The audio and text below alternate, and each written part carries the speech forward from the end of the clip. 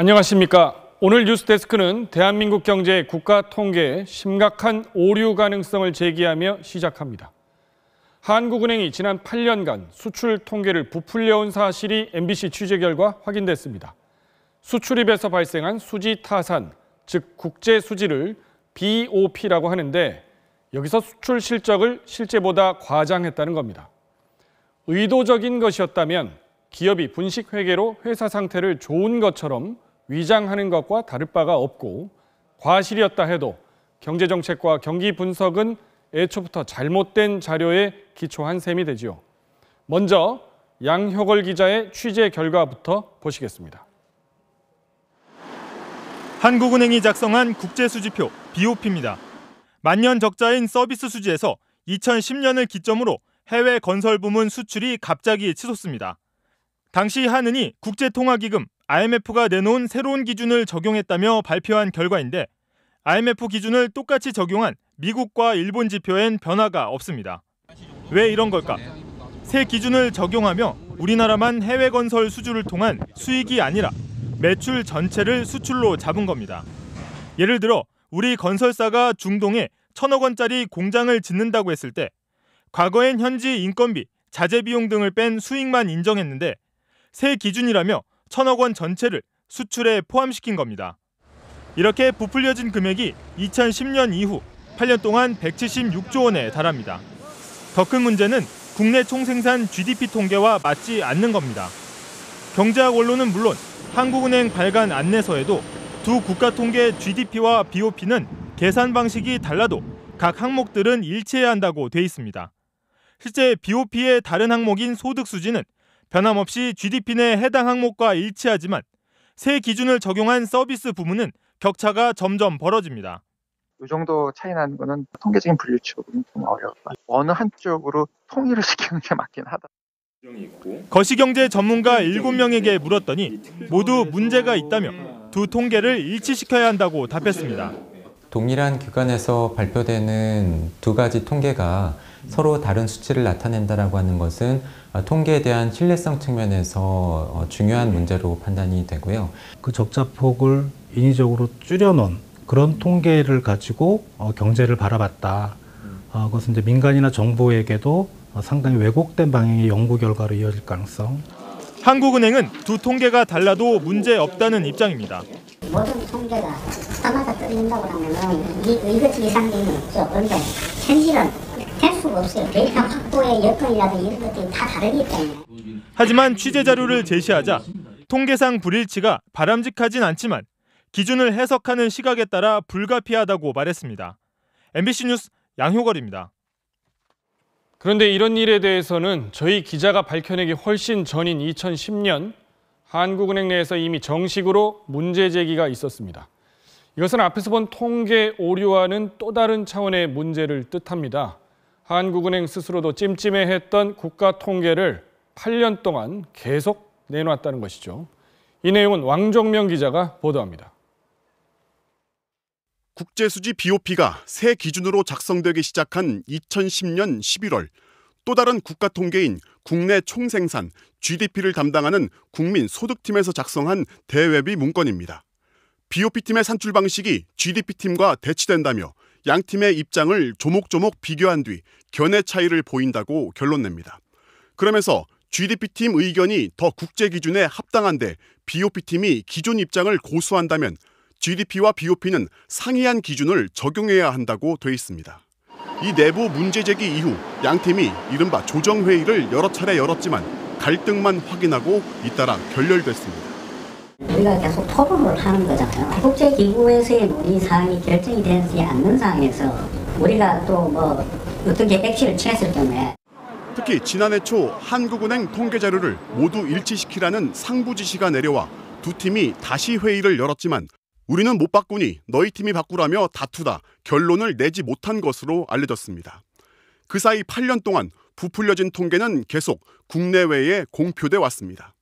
국가 통계를 두고 벌어진 내부 갈등에 대해 한 한은 관계자는 MBC에 GDP와 BOP는 청와대까지 올라가는 자료인데 바꾸게 되면 이전 수치가 틀렸다는 걸 인정하는 거라며 이 경우 한은 총재가 책임져야 한다고 말했습니다.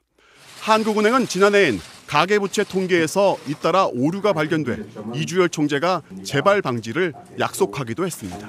가계부채 증가세 등을 수정하게 된 가장 큰 문제점은 통계 정도를 제고하기 위해서 저희들이 노력을 기울이고 있으며. MBC 뉴스 왕중명입니다.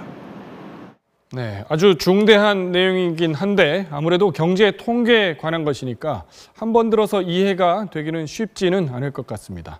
그래서 이번 통계 오류를 발견한 양효걸 기자에게 몇 가지 더 묻겠습니다. 양 기자, 네. 이 원론적인 질문이지만 부풀려진 통계는 어떤 점에서 심각한 거죠? 네, 이제 경제 정책을 결정함에 있어서 가장 기초가 되는 게 바로 이 한국은행 통계입니다. 네.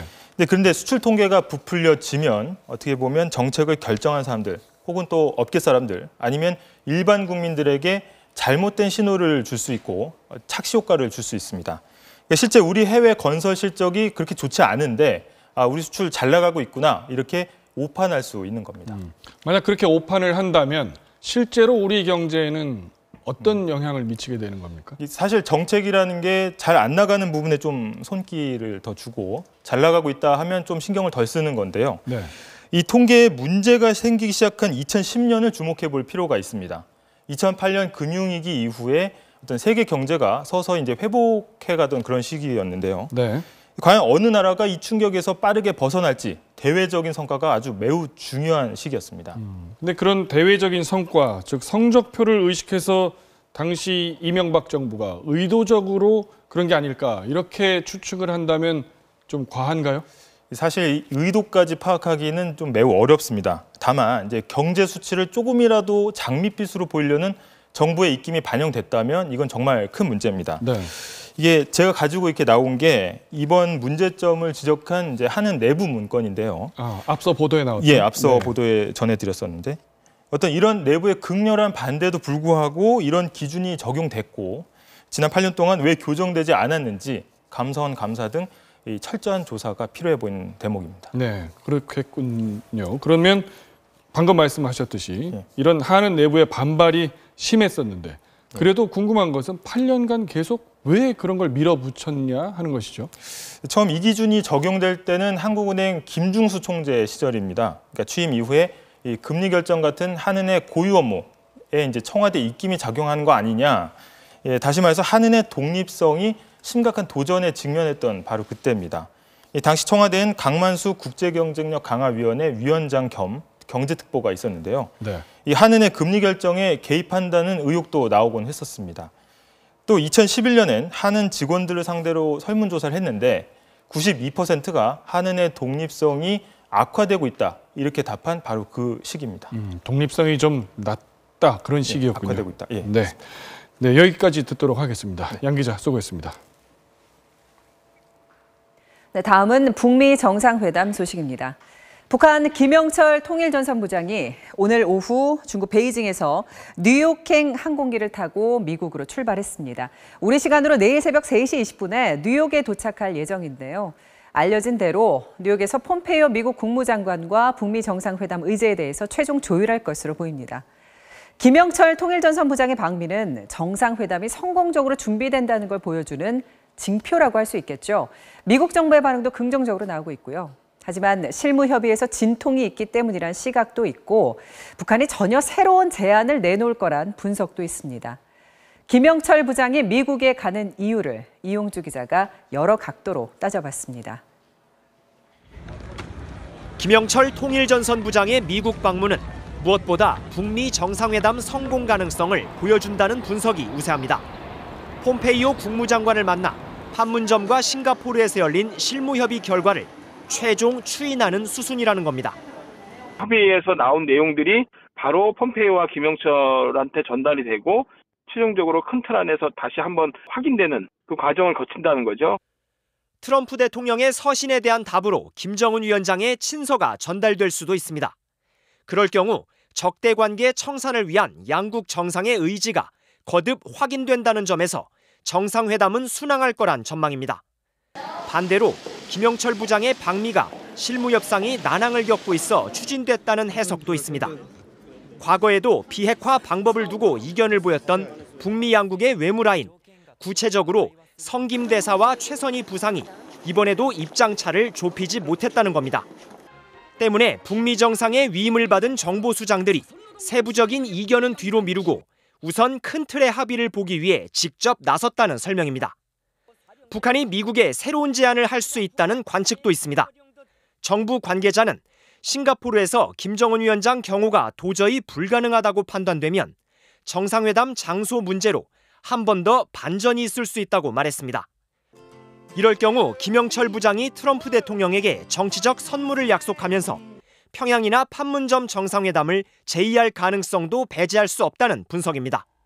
MBC 뉴스 이용주입니다.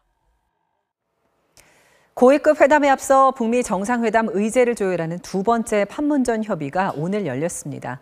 완전한 비핵화 방법, 완전한 체제 보장 방안, 이 두 개가 쟁점인데요. 그렇다면 이걸 어떻게 실행하느냐일 텐데요. 북한은 핵무기 일부를 미국에 넘기고 미국은 대북 제재 해제와 함께 상호 불가침을 약속하는 방안이 논의됐을 것으로 보입니다. 엄지인 기자입니다. 오전에 숙소를 나온 미국 협상팀은 사흘 만에 다시 판문점으로 향했습니다. 성김 대사를 포함해 백악관과 국방부는 물론 CIA의 북한 전문가들이 협상에 나섰고 북한에선 최선희 부상 등 외무성을 주축으로 참석한 걸로 알려졌습니다. 10시쯤 시작된 회의는 오후 2시를 넘겨 마무리됐습니다. 성김 대사는 곧장 주한 미국 대사관으로 이동해 결과를 워싱턴에 알렸습니다. 구체적인 협의 내용은 확인되지 않았지만 북한의 완전한 비핵화에 상응하는 완전한 체제 보장 방식과 이행 시기를 조율하는 데 주력한 것으로 알려졌습니다.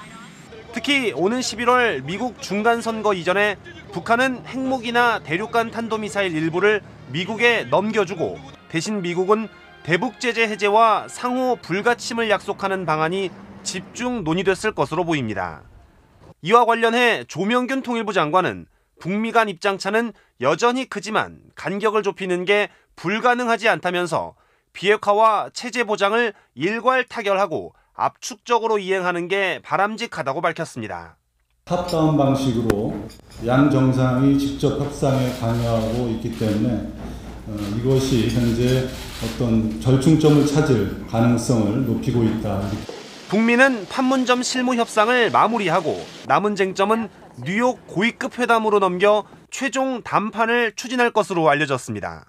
MBC 뉴스 엄지인입니다. 네, 한편 싱가포르에서는 이틀째 경호와 의전 문제를 조율 중입니다. 예민한 문제인 만큼 모두 비공개로 진행되고 있습니다.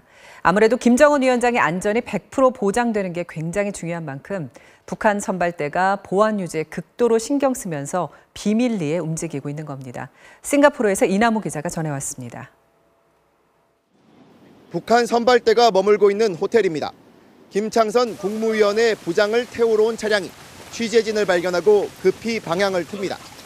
기자들이 지하 주차장으로 급히 따라가 보지만 김 부장 일행이 탄 차량은 여러 차례 연막 작전 끝에 취재진을 따돌리고 빠져나갔습니다.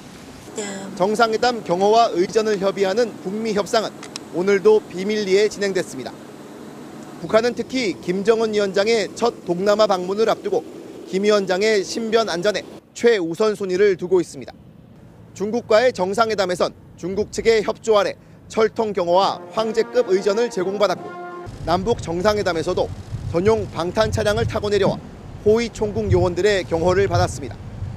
하지만 싱가포르에선 이런 경호는 불가능할 걸로 보입니다. 12명이 경호원들 차 뒤에서 뛰고 이래보세요. 국제사회 뭘 하겠어요. 정은 위원장뿐만 아니고 소위 말해서 이 호위 총국 이러한 사람들도 거의 경험이 없다고요. 그런 만큼 북한 선발대는 김 위원장의 동선을 꼼꼼히 체크하면서 완벽한 경호 방안을 짜기 위해 싱가포르, 미국 측과 삼각 협의를 진행하고 있습니다. 정상국가 지도자의 면모를 보여주면서 동시에 안전을 확실하게 보장하는 완벽 경호가 북한 선발대의 최우선 과제가 될 걸로 보입니다. 싱가포르에서 MBC 뉴스 이남호입니다. 네, 그럼 북한 김영철 부장과 폼페이오 국무부 장관이 곧 담판을 벌이게 될 미국 현지를 연결해서 현지 분위기를 더 자세히 알아보겠습니다. 네, 박민주 기자, 북미 정상회담에 대한 전망, 백악관에서는 어떻게 보고 있나요? 네, 샌더스 백악관 대변인은 동시다발적으로 진행되고 있는 북미 접촉에 큰 진전이 있다고 평가했습니다.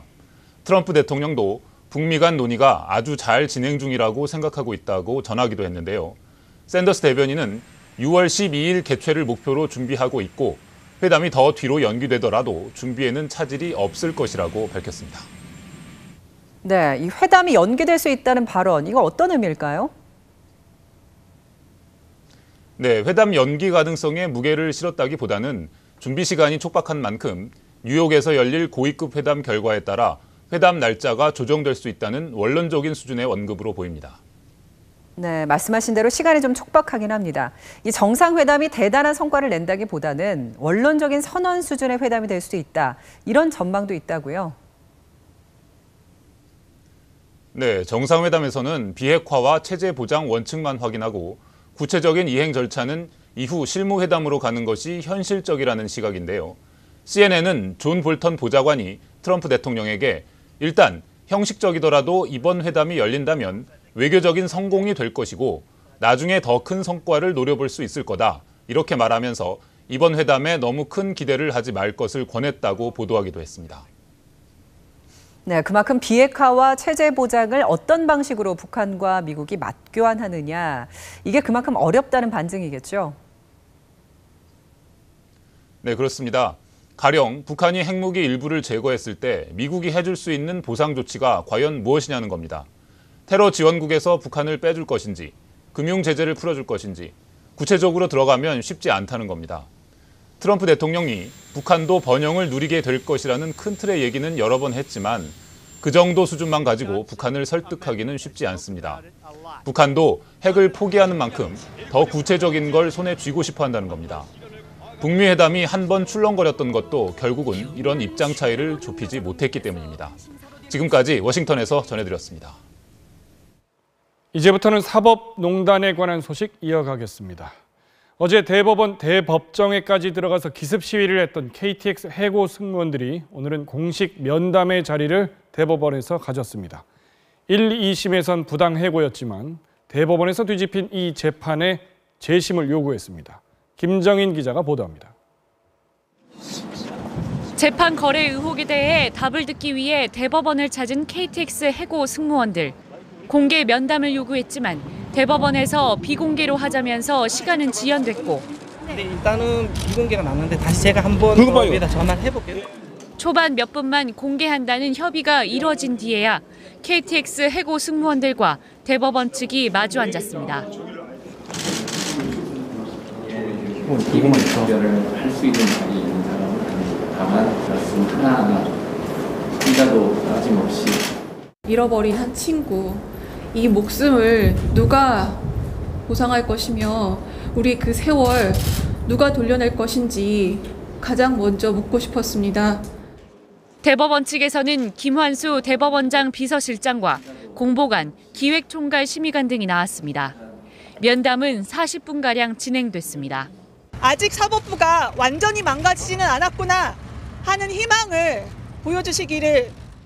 KTX 승무원들은 재판 거래 의혹에 휩싸인 여러 대법원 판결로 인해 많은 이들이 고통받고 있다며 해결책 마련을 요구했습니다.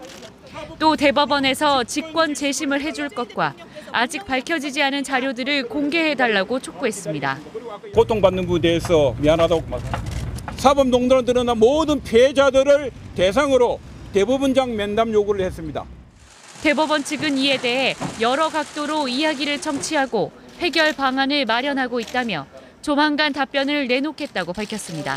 MBC 뉴스 김정인입니다. 이런 사법농단의 피해자들, 교육, 노동, 경제 등 정말 다양한 분야에 걸쳐 있는데요. 이 피해자들이 모여서 양승태 전 대법원장을 고발하기로 했습니다. 그들이 관련된 판결은 어떤 것들인지 임소정 기자가 보도합니다.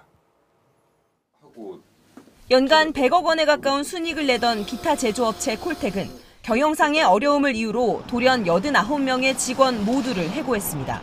정말 멘탈이 나갔었죠. 그때야말로. 사회라는 그는 진짜 냉정하구나. 2심 법원은 부당해고라고 판결했지만 대법원은 일부 사업 부문이 어려울 경우 노동자에 대한 전원 해고가 가능하다며 결국 회사 측의 손을 들어줬습니다. 그리고 양승태 대법원은 이 판결을 박근혜 정부의 노동정책인 노동시장 유연성 확보를 사법부가 뒷받침한 대표적인 사례로 자랑했습니다. 사법부가 노동자들의 아픔에 함께하기보다는 그 아픈 상처에 소금을 뿌리는 그러한 짓을 하고 있습니다. 이명박 박근혜 정부를 이어가며 눈엣 가시처럼 여겼던 전교조에 대한 대법원 판결 배경도 이번에 드러났습니다. 대법원은 남녘통일 애국열사 추모제에 참석했다 국가보안법 위반으로 기소된 교사를 무죄로 판단한 1, 2심을 정반대로 뒤집었고 전교조 법외노조와 효력 정지 소송도 정부의 입맛에 맞추기 위해 재판장까지 바꿔 고용부에 손을 들어줬다고 내세웠습니다. 저희가 교사로서 학생들에게 앞으로 법원에 대해서 사법부의 정의에 대해서 어떻게 가르쳐야 될지 정말 너무 참담한 심정입니다. 긴급조치 피해자와 전교조 등 사법부와 청와대 재판 거래 의혹의 피해 당사자들은 다음 주 양승태 전 대법원장을 검찰에 고발할 계획입니다. MBC 뉴스 임소정입니다. 재판 거래 의혹에 관한 것으로 보이지만 대법원이 내용을 공개하지 않은 문건이 400건 넘습니다. 이걸 결국 대법원이 판사 대표들에게 보여주겠다고 합니다. 그렇지 않아도 판사들의 집단 대응 움직임이 있는데 내용을 판사들 눈으로 직접 확인하고 나면 사법 파동으로 번지지 않을까 하는 예상이 나옵니다. 조국현 기자가 보도합니다. 전국 법관 대표회의 최기상 의장은 오늘 재판 거래 의혹은 헌정 유린 행위라고 규정했습니다. 법관에 대한 사찰과 학술단체 해체 시도 등도 반헌법적 행위며 사법부의 존재 근거를 스스로 붕괴시켰다고 강하게 비판했습니다. 그러면서 책임자들을 엄정하게 처벌할 것을 촉구하고 다음 달 11일 전국 법관 대표회의를 열어 이 사태에 대한 의견을 모으겠다고 예고했습니다. 각급 법원들도 잇따라 긴급회의를 소집하고 있습니다. 내일 의정부지법 단독 배석판사 회의를 시작으로 다음 달 4일 서울중앙지법 단독 판사 회의, 서울가정법원 단독 배석판사들 역시 같은 날 회의를 갖는 등 전국 지방법원 단위의 법관 회의도 잇따를 예정입니다. 법관들의 비난이 양승태 대법원의 행태뿐 아니라 여기에 범죄 혐의가 없다고 일축한 특조단에게까지 뻗으면서 이번 사태가 사법 파동으로 번질 가능성도 제기되고 있습니다. 향후 대법원의 대응에 따라 법관들이 대법원 수뇌부의 퇴진을 요구하고 나설 수도 있는 분위기라는 겁니다. 특조단을 이끌었던 안철상 처장은 비공개했던 재판 거래 의혹 문건 등을 추가로 공개할 뜻을 내비치며 진화에 나섰습니다. 비공개 문건 공개 여부를 좀 검토하고 계신 게 있으신가요? 판사 법관회의 대표자들에게 열람을 허용할 생각으로 있었고 공개하는 것은 추후에 검토하도록 하겠습니다.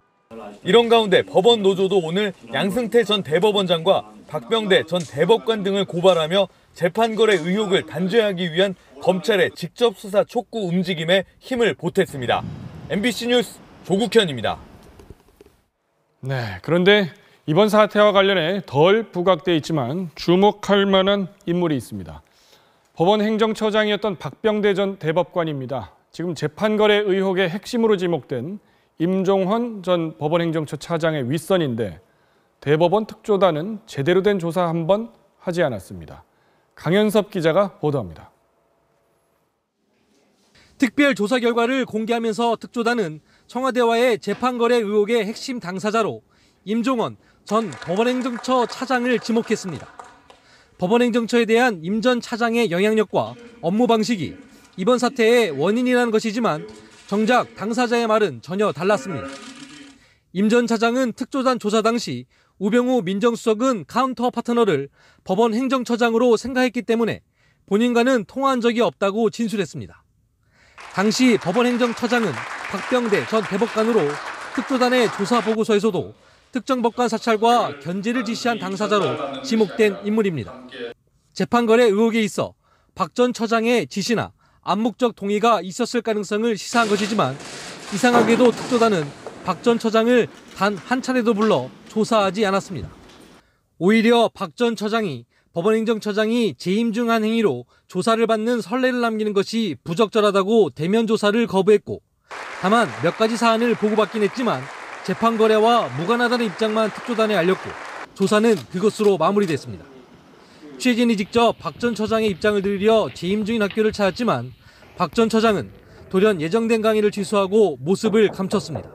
아침에 있는 걸로는 얘기가 돼 있었는데 그다음에 취소됐는지 뭐 하는지 좌우질하지는 않으신 것 같은데. 양승태 전 대법원장에 이어 박병대 전 행정처장까지 이번 사태에 답변을 해야 할 당사자들의 침묵이 길어지면서 이들의 무책임한 태도에 대한 비난 여론이 거세지고 있습니다. MBC 뉴스 강현섭입니다. 통신요금 보편 요금제. 한 달 2만 원이면 충분히 휴대전화를 쓸 수 있다는 이 제도는 정부 공약 중에 하나였습니다. 통신사들은 인위적으로 요금을 낮추는 게 맞는 거냐며 반발이 있어 왔는데요. 오늘 KT가 이 제도 시행 전에 자발적으로 가격을 낮췄습니다. 통신사들의 가격 인하 경쟁이 시작될 것으로 보입니다. 남재영 기자입니다. 공항 휴대전화 로밍센터에서 순서를 기다리는 사람들. 해외에서 가장 신경이 쓰이는 건 뜻하지 않는 전화입니다. 안 받을 수 없는 업무 전화라도 걸려오면 1분에 2, 3천 원씩 내가며 받을 때도 많습니다. 얘기하다 보면 막 길어지잖아요. 7, 8만 원 나올 적이 있었습니다. KT가 오늘부터 미국과 중국, 일본 회사의 해외 로밍 요금을 많게는 95%까지 내렸습니다. 1초에 1.98원, 30분을 통화해도 3,500원 정도여서 국내 통화료와 같습니다. 데이터 요금도 대폭 내렸습니다. 2년 약정을 맺는다면 어느 정도 속도 제한은 감수하더라도 월 3만 원대의 무제한 데이터를 쓸 수 있습니다. 기존 요금보다 13,000원 가까이 내린 겁니다. KT는 사실상 음성 통화보다 데이터 요금에 민감해진 시장 상황을 반영했다고 말합니다. 고객들의 통신 이용 행태가 많이 바뀌었습니다. 고객의 변화하는 트렌드에 대해서 부합할 수밖에 없기 때문에 파장은 다른 이동통신사로 번지고 있습니다. 지난 2월 데이터 무제한 요금제를 6만 원대까지 끌어내렸던 LG U+는 추가 인하 검토에 들어갔고 점유율 1위인 SK텔레콤도 내부적으로 인하 요인이 있는지 살펴보고 있습니다. 무엇보다 오는 8월이면 한 달 2만 원대의 음성 200분과 데이터 1기가가 주어지는 보편 요금제가 국회에서 논의될 예정입니다. 굳이 많은 데이터가 필요하지 않은 고객들을 조금이라도 잡아두기 위한 이동통신사들의 경쟁은 더 치열해질 전망입니다. MBC 뉴스 남재현입니다. 두부를 만드는 업체들에 대해서 서울시가 대대적인 위생 점검을 벌였는데 문제가 심각했습니다. 위생 상태가 불량인 건 물론이고요. 한 대규모 업체 제품에서는 식중독을 유발하는 대장균이 기준치의 4배 넘게 검출됐습니다. 최경재 기자의 단독 보도입니다. 연간 890만 모의 두부를 생산해 서울에서 가장 규모가 큰 두부 제조업체입니다. 서울시 단속반이 예고 없이 위생 점검을 벌이고 있습니다. 두부 원료인 콩을 보관하는 창고엔 해충을 막는 방충망이 찢어져 있습니다. 바닥 곳곳엔 담배꽁초가 떨어져 있고 쥐덫까지 놓여 있습니다. 정비를 하고 있어요. 꼭 봐주시고 좀 싹 하려고 지금 저희가 생각 중이에요. 이 업체가 만든 포장두부 6개 품목 가운데 모두부 제품에서 대장균이 검출됐습니다. 기준치인 10단위보다 4배 이상 높은 45단위가 검출됐습니다. 서울 지역 두부 제조업체에서 대장균이 검출된 건 5년 만입니다. 이러한 식품을 섭취했을 경우 장출혈성 대장균의 노출에 의해서 구토, 설사, 복통 등의 식중독을 유발할 수 있습니다. 서울시는 대장균이 검출된 당일 생산된 300모 전체를 회수하라고 명령했지만 경기도 구리와 서울 마포의 농산물 시장을 거쳐 모두 유통된 상태였습니다. 검사 의뢰하고 결과 통보까지 약 10일 정도가 소요되다 보니까 수거 당시 부적합품은 전량 유통 판매되어 회수된 두부는 없습니다.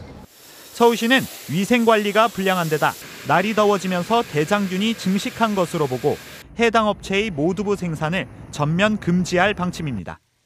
또 서울 지역 두부 제조업체 37곳 가운데 위생 상태가 불량한 것으로 확인된 13곳에 과태료 처분을 내리고 업체 명단을 식품의약품안전처 누리집에 공개했습니다. MBC 뉴스 최경재입니다. 일자리 구하는 게 하늘의 별 따기인 상황에서 이런 사기를 치는 곳도 있습니다. 택배기사를 모집한다는 광고를 보고 가봤더니 필요 없는 냉동탑차를 바가지를 씌워 억지로 사게 만들었습니다. 이런 업체가 수십 곳이나 된다고 하는데요. 피해자들이 엉겁결에 계약서에 사인해버리는 바람에 처벌도 어렵다고 합니다. 김민찬 기자입니다. 택배기사 모집을 낸 한 물류회사입니다. 연봉 6천만 원 이상, 저녁 6시 퇴근이라고 광고합니다. 다 합쳐가지고 급여가 좀 합쳐서 평균 내보면 551만 원. 실급여가 이것저것 빼더라도 한 400 정도 벌어가시거든요. 1시간가량의 면접이 끝날 무렵 업체가 본색을 드러냅니다. 취업을 위해서 화물차가 필요하다는 겁니다. 중고차는 안 되고 새 화물차를 반드시 이 회사에서 구매해야 한다는 조건이 붙습니다. 택배 차량인데 이 부분은 전에는 할부로 들어가시는 거예요. 냉동, 식자재 이런 쪽으로 더 받을 수가 있으니까 실제적으로 냉동을 많이 하시는 거예요. 택배와는 아무 상관이 없는 냉동 탑차를 시중보다 훨씬 비싼 값에 강매합니다. 1,850 정도 들어갈 거예요. 1,900 정도 들어가요. 부가세까지 하고 하면 2천만 원 이내로 하시면 되죠. 이런 식으로 택배기사 일자리 광고를 내고 차량을 파는 업체가 구직 사이트마다 넘쳐납니다. 이름만 다를 뿐 수법은 똑같습니다. 일자리 찾기에 마음이 급한 구직자들은 얼떨결에 냉동 탑차를 구입하기 일쑤입니다. 정신없이 몰아치는 거죠. 도장 찍고 주소 쓰고 뭐 하고 뭐 그게 나중에 보니까 이제 차량 계약서하고 냉탑 캐피탈 계약서까지. 업체는 다양한 명목의 수수료까지 챙깁니다. 가입도 하지 않은 화물공제조합비 100만 원, 분양 영업 금액이라며 50만 원, 회사 이윤 150만 원 등을 수수료라며 떼어갑니다. 아예 알선료로 500만 원을 챙기는 곳도 있습니다. 500만 원 정도가 그쪽 알선 수수료로 그렇게 나온 걸 보고 항의 전화를 했지만은 이 부분은 좀 제가 억울하고 이건 뭔가 잘못됐다고. 정작 많은 수수료를 받았지만 택배 영업에 꼭 필요한 영업용 차량 번호판도 해결이 안 됩니다. 자칫 택배 기사만 불법 영업으로 처벌받을 수도 있습니다. 영업용 번호판 부분에 대해서는 뭐 괜찮다. 3개월 동안은 뭐 수습 기간이기 때문에 그 자가용 번호를 갖고 그냥 운행을 하고. 피해자들은 이 업체들을 사기로 고소했지만 경찰은 주고받은 계약서를 근거로 합의를 주선했습니다. 업체에서 피해자들을 유혹하기 위해 만든 거짓 표창장이나 업무 협약서만 문서 위조 혐의를 적용한 게 전부입니다.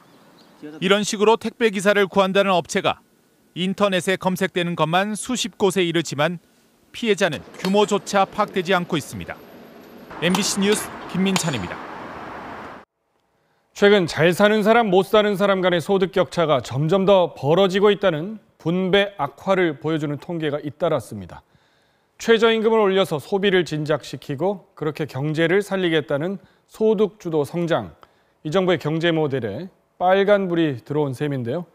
문재인 대통령도 매우 아프다라고 할 정도인데 신지영 기자가 그 원인을 분석했습니다. 1분기 가계소득 동향은 충격적이었습니다. 많이 버는 상위 20% 소득은 작년보다 9.3% 늘고 많이 못 버는 하위 20% 소득은 작년보다 8% 줄어 격차가 역대 최고로 많이 벌어진 겁니다. 소득 주도 성장, 즉 하위 계층의 소득을 늘려 탄탄한 성장을 하겠다던 정부에겐 뼈아픈 결과였습니다. 문재인 대통령이 직접 우리에게 매우 아픈 지점이라고 말했을 정도입니다. 정책 지원을 아끼지 않고 있는데 왜 저소득층 소득이 줄어들까? 정부는 일단 고령화를 가장 큰 원인으로 보고 있습니다. 소득이 매우 적거나 아예 없는 70세 이상 인구가 상당히 늘었기 때문에 어쩔 수 없다는 겁니다. 하지만 급격한 최저임금 인상에서 이유를 찾는 시각도 분명히 존재합니다. 임시직이나 일용직 취업자 수가 줄고 자영업자들이 서비스업 고용을 줄여 저소득층이 직격탄을 맞았다는 얘기입니다. 그 자영업 경기가 안 좋은 측면도 있지만 최저임금 인상의 영향도 고용 둔화에 기여한 것으로 생각되고 있습니다. 어제 긴급 소집된 청와대 회의에서 김동연 경제부총리, 장하성 정책실장 등은 정책 기조를 지킬지 일부 수정할지를 놓고 2시간 반 난상 토론을 벌였습니다. 결론은 소득 주도 성장의 큰 틀은 지키되 보완책을 내놓겠다는 것이었습니다.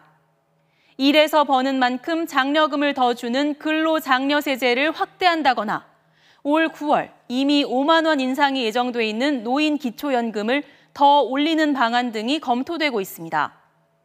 하지만 이미 추경카드는 썼고 뒤를 이을 뾰족한 묘수는 보이지 않는 가운데 정부의 고민이 깊어지고 있습니다. MBC 뉴스 신지영입니다. 우리나라의 자영업자 수는 560만 명으로 전체 노동자 4명 중 1명이 자영업자입니다. OECD 국가들 가운데 최고 수준인데요.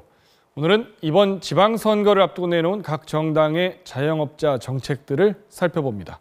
김경호 기자가 보도합니다. 자영업자와 소상공인들은 최근 높은 임대료와 카드 수수료에 이어 최저임금까지 올라 위협을 받고 있다고 호소하고 있습니다. 그래서 우리는 결기합니다. 호소합니다. 소상공인의 생존을 외면하지 마라. 이들의 불만을 겨냥해 자유한국당은 지방선거 1호 공약을 내놨습니다. 자영업 비중이 높은 업종은 인상을 제한하는 등의 최저임금 합리화 방안입니다. 고용보험료 지원 확대, 소상공인 시장 진흥기금 증액 등의 공약도 제시했습니다. 급속한 최저임금 인상으로 고통받는 우리 자영업자 소상공인 여러분들에 대해서 특단의 대책을 별도로 세울 것을 약속을 합니다. 바른미래당은 전기료 할인을 앞세웠습니다. 연매출 5억 원 미만의 자영업자는 전기료를 최대 20%까지 깎아 고정비 지출을 줄여준다는 계획입니다. 인공지능 상권 분석 시스템을 활용한 맞춤형 사업 정보 제공과 국민연금, 고용보험, 실업급여 지원도 확대하겠다고 밝혔습니다. 서민 경제의 핵심 동력인 소상공인 자영업자의 현실적인 고충과 애로를 덜어드림으로써 반면 2020년까지 최저임금 10,000원 달성이 목표인 더불어민주당은 정부의 최저임금 대책을 집중 홍보하고 있습니다. 영세사업장의 임금 일부를 정부가 지원하는 일자리 안정자금 신청이 200만 명에 육박하는 등 최저임금 인상이 자리를 잡아가고 있다는 주장입니다. 임대료 상한선을 낮추는 임대차 보호법과 대형 가맹점의 갑질을 막는 프랜차이즈법 등의 민생 법안도 앞세우고 있습니다. 소상공인들의 경영 안정을 도모하고 또 맞춤형 지원을 하기 위해서 소상공인 지원 예산 확충을 하고 민주평화당은 전북 군산 등 고용위기 지역의 자영업자 지원 대책을, 정의당은 임대차 계약 기간 연장과 대형마트 규제 강화 등을 주요 공약으로 제시하고 있습니다. MBC 뉴스 김경호입니다. 그동안 대한항공 관련 각종 비위들이 정말 많이 나왔는데요. 이제는 직원들의 블랙리스트가 있다는 폭로까지 나왔습니다. 표를 보면 정말 가관입니다. 승진평가에서 1등인데도 관리자 추천 점수가 52등입니다. 회사의 충성심이 부족하다, 회사 로열티 부족, 이렇게 써 있었습니다. 이기주 기자가 취재했습니다. 스스로 과거 인사 업무를 맡았다고 밝힌 직원이 대한항공 사내 게시판에 올린 문건입니다. 1급, 즉 부장급 승진 대상 3명과 2급, 차장급 3명의 점수가 매겨져 있습니다. 2급 대상자인 김모 씨, 외국어 능력이나 각종 수상 경력, 자격증 등을 말하는 자력 점수는 1등인데 관리자 추천에선 50점 만점에 7점을 받아 결국 종합 등수가 38등으로 추락합니다. 이유는 로열티, 회사 충성도가 부족하다는 것이었습니다. 자력으론 7등, 8등, 9등을 기록한 다른 직원들 역시 회사 로열티 부족이란 낙인 앞에선 여지없이 30등 밖으로 밀려났습니다. 부장 승진 대상자 안모 씨는 자력으론 6등이었는데도 관리감독이 요망된다는 석연찮은 판정을 받아 관리자 추천에선 49등으로 떨어졌습니다. 직원들은 회사 충성도 부족 평가는 조양호 회장 일가의 지시를 잘못 이행했거나 회사에 대해 문제를 제기했을 때 여지없이 내려졌다고 입을 모았습니다. 회사가 불법적으로 직원들의 살생부를 관리했다는 겁니다. 회사에 좀 반한다 싶으면 그 성향조사라는 걸 해서 일부러 진급을 누락시키는 거죠. 전체 직원들한테 본보기도 보여주고.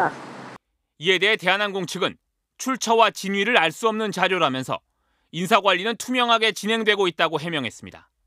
하지만 문건의 제보자는 오늘 공개된 내용은 극히 일부일 뿐이라며 직원들의 성향을 광범위하게 조사해 인사에 반영했다는 걸 보여주는 자료를 조만간 추가 공개하겠다고 밝혔습니다.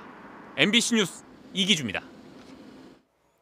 조선시대 보병이 입었던 실전용 갑옷이 100여 년 만에 한국으로 돌아왔습니다.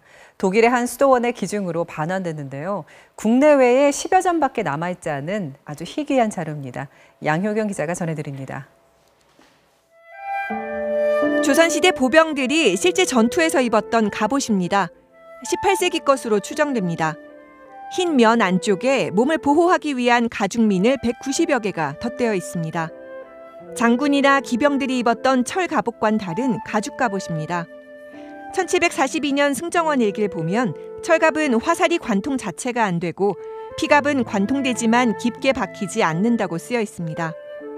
불교에서 생명과 환생을 염원하는 연화 당초문이 그려져 있고 안감에 갑옷 주인의 이름이 쓰여 있는 것도 눈에 띕니다.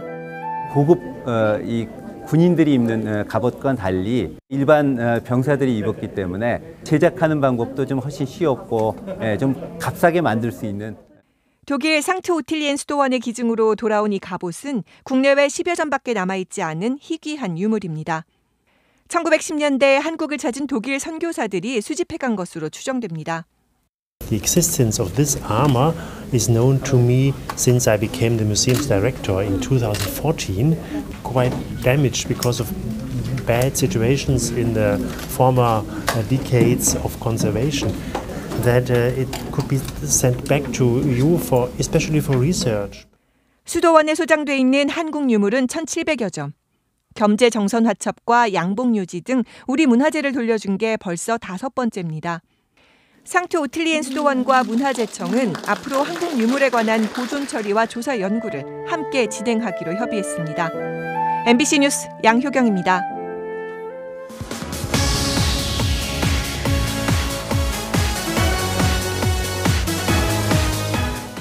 수요일 밤 스포츠 뉴스입니다. KBO가 넥센 히어로즈의 뒷돈 거래를 특별 조사하겠다고 한 지 하루 만에 구단들이 관련 내용을 자진 신고했습니다. 그런데 그 내용이 정말 충격적입니다. 10개 구단 단장들은 오늘 대전에서 긴급 회동을 갖고 히어로즈의 트레이드 뒷돈 파문과 관련된 내용을 모아 KBO에 신고를 했습니다. 결과는 상상을 초월했습니다. SK를 제외한 8개 전 구단이 실제 계약서와 다르게 트레이드를 진행했고 이렇게 건네진 뒷돈이 무려 131억 5천만 원에 달했습니다. 당초 현금이 포함됐다던 이태근과 장원삼 그리고 이현승의 트레이드도 실제는 수십억 원이 더 건너갔고요. 그리고 2010년 당시에도 뒷말이 무성했죠. 황재균과 고원주는 20억 원과 19억 원에 팔려간 게 드러났습니다. 그리고 이듬해 홈런왕 박병호를 받았던 LG와의 2대2 트레이드에도 15억 원의 현금이 포함돼 있었습니다. KBO는 조만간 상벌위를 개최한다는 입장인데 뒷돈을 전액 환수하겠다는 KBO가 100억 원이 넘는 거액도 환수할 수 있을지 모르겠습니다. 또 히어로즈뿐 아니라 트레이드 대상이 된 구단도 책임을 피할 수가 없을 텐데요. 정말 참담한 심정을 감추기가 어렵습니다. 어제 메이저리그에서 이 수비를 방해하는 듯한 홈슬라이딩 장면을 전해드렸었죠. 오늘 시카고 컵스와 피츠버그가 다시 만났습니다. 별일 없었을까요? 비디오 판도까지 거치고도 문제가 없다고 했던 그 논란의 슬라이딩. 메이저리그 사무국이 오늘에서야 오심이라고 인정은 했습니다. 억울한 피츠버그 1회 149km의 빠른 공으로 콘트레라스의 팔을 맞춥니다. 예상이 됐던 거죠. 그런데 컵스도 빈볼을 던진 투수에게 바로 보복 들어가면서 상황이 안 끝납니다. 피츠버그는 리조의 몸쪽을 여러 차례 보시는 것처럼 위협을 했고요. 또 콘트레라스가 한 번 더 투구에 맞았는데 다행히 괜찮다며 걸어나간 덕에 더 큰 충돌은 없었습니다. 그런데 경기에서는 이 파문의 주인공 리조가 홈런을 기록해 컵스가 승리하면서 피츠버그는 더 안타깝게 됐습니다. 이런 장면 다들 처음 보실 것 같아요. 체프만의 161km 강속구가 빠지는데 3루로 쇄도하던 주자를 산체스가 잡았습니다. 주자도 빨랐는데 다시 보시죠. 빠진 공이 기가 막히게 벽을 맞고 돌아와서 만화 같은 장면이 연출이 됐습니다. 아시아 출신 최다 홈런 타자죠. 추신수 선수는 오늘 시즌 9번째 홈런포를 달성했습니다. 축구대표팀이 모레 맞붙을 보스니아, 스웨덴을 염두에 둔 가상 상대죠. 신태용 감독이 가장 걱정하는 이 수비 라인이 제대로 시험대에 오를 전망입니다. 손장훈 기자입니다. 대표팀의 인기는 전주에서도 이어졌습니다. 하지만 팬들과의 시간은 오늘이 마지막입니다. 선수들의 눈빛은 다시 매서워졌습니다. 이틀 뒤 보스니아전은 월드컵 출정식을 겸한 마지막 국내 평가전. 현재 대표팀 26명 중 3명이 탈락하게 되는데 12명이 포진한 수비수 경쟁이 가장 치열합니다. 선의 경쟁을 하면서 조금 더 잘 보이고 조금 더 열심히 하려고 하는 것 같고요. 그렇기 때문에 좀 선수들이 훈련장에서나 경기장에서 조금 더 좋은 모습들이 많이 나오는 것 같아요. 제코와 파냐치 등 유럽 빅리그 선수들이 포진한 보스니아는 스웨덴을 겨냥한 가상 상대입니다. 신태영 감독도 제대로 된 수비진 구축을 위해 실험보다는 점검의 무게를 실을 전망입니다. 보스니아전은 가상 스웨덴이라는 팀으로 상대로 우리가 또 준비해야 될 부분이 있기 때문에 어느 선까지는 만들어 나가야 된다고 보면 되겠습니다. 러시아 티켓을 잡기 위한 수비수들의 경쟁, 그 최후의 시험대가 이틀 앞으로 다가왔습니다. MBC 뉴스 손장훈입니다. 보는 이는 이해가 안 가도 이 하는 사람은 한없이 진지한 대회가 있습니다. 톱플레이에서 확인해 보시죠. 자, 언덕 위에 잔뜩 모여있는 사람들, 과연 뭘 하려는 걸까요? 자, 뭐가 굴러가는데 사람들도 뒤를 따라 정신없이 구릅니다. 자, 일명 구르는 치즈 잡기 대회, 나름 200년 전통의 영국 봄맞이 축제라는군요. 200m를 내려와서 치즈를 먼저 잡으면 우승인데요. 역시 언덕에서는 그렇죠, 뛰는 것보다 구르는 게 더 빠릅니다. 자, 그리고 이분은 뭐 치즈보다 더 빠르네요. 네, 여자부 경기도 있는데요. 지금 이분은 완전히 무아지경입니다. 다치지 않을까 걱정인데 다들 뭐 표정 봐서는 괜찮을 것 같군요. 상품은 4kg짜리 치즈, 우승 비결은 미친 듯이 달리는 겁니다. 낯익은 얼굴이죠. 어느덧 38살이 된 세레나 윌리엄스, 출산 8달 만에 코트에 복귀해서 프랑스 오픈 1회전을 가볍게 통과했습니다. 몸에 딱 붙는 유니폼, 사실 이 옷은 출산 후유증 때문에 혈액순환을 돕는 기능성 의복이라고 하죠. 세상의 모든 엄마들에게 희망을 주는 게 이번 대회의 목표라는데요. 엄마의 힘, 끝까지 기대하겠습니다. 지금까지 톱플레이였습니다. 프로야구 KT와 삼성의 경기에서 벤치 클리어링이 나왔는데요. 다행히 퇴장당하는 선수 없이 경기가 재개가 됐습니다. 수요일 밤 스포츠 뉴스였습니다.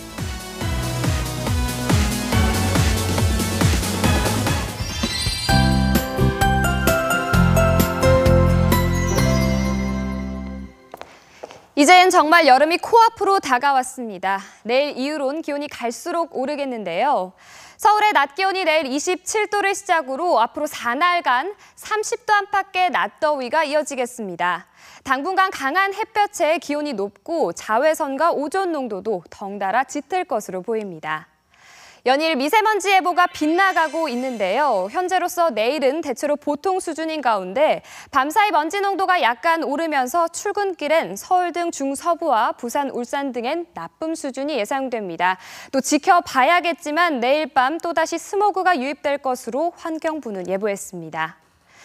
오늘 저녁까지 경북 내륙에 비를 뿌리던 소나기 구름은 대부분 동쪽으로 물러갔고요. 밤한때 북한을 지나는 저기압의 영향으로 강원 북부 지역엔 비가 조금 올 수 있겠습니다. 내일 아침 서쪽 지역 곳곳으로는 안개가 짙게 끼겠습니다. 아침 기온은 서울 14도 등 오늘보다 4, 5도가량 낮겠지만요. 낮 기온은 서울 27도 등 대부분 25도로 웃돌겠습니다. 남부지방도 한낮에 광주 26도, 대구 27도로 꽤나 덥겠습니다. 이번 주말엔 낮 동안 맑겠고 30도 안팎의 더위가 이어지겠습니다. 날씨였습니다.